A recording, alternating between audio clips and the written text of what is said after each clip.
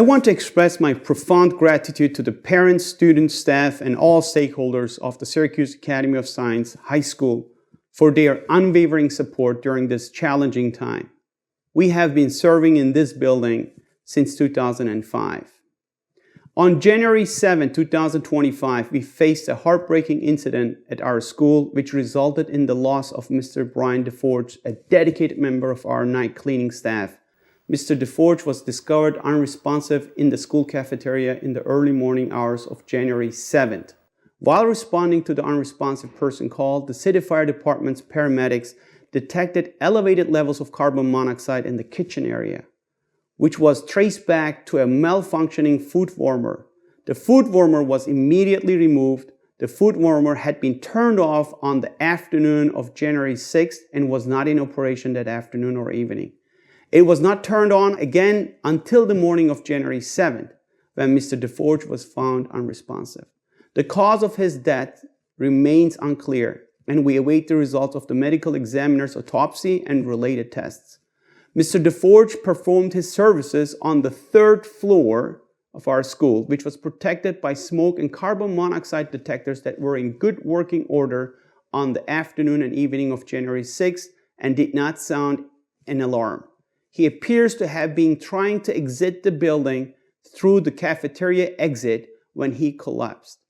The cafeteria is located in addition to the school building, which is connected to the main building by a breezeway when he became incapacitated. We extend our deepest condolences to Mr. Deforge's family, friends, and colleagues. He was a valued member of our team, and his passing is a loss to our school family and community.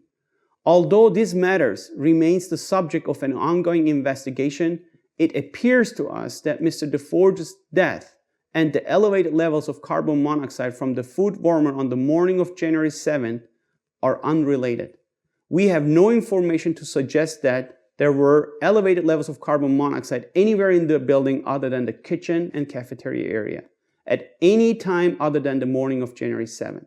SAS High School is subject to various mandated inspections, including annual and monthly fire safety inspections. The latest annual and monthly safety inspections conducted prior to January 6 did not identify any issues in the SAS High School building. In response to this incident, and with the guidance of City Code's Office and Fire Department, the Syracuse Academy of Science has undertaken the following 3 corrective actions to ensure the safety and security of all students and staff by working with local contractors, code enforcement, and fire safety officials to ensure all equipment and safety devices met or exceeded safety standards. 1. Hardwired and monitored carbon monoxide detectors have been installed throughout the school to provide comprehensive coverage and immediate alerts.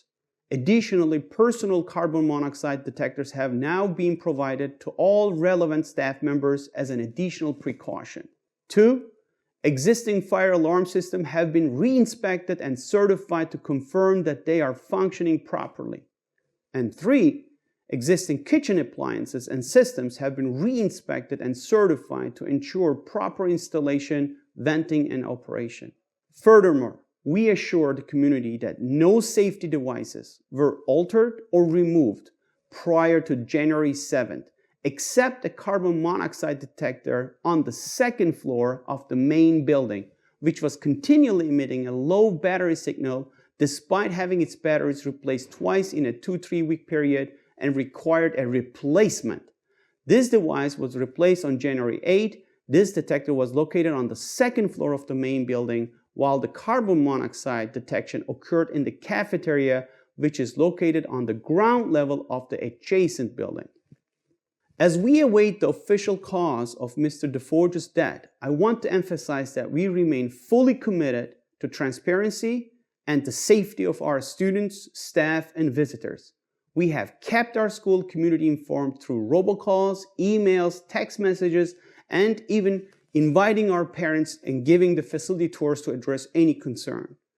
We are dedicated to continuously enhancing our safety protocol and adhering strictly to all regulatory safety inspection.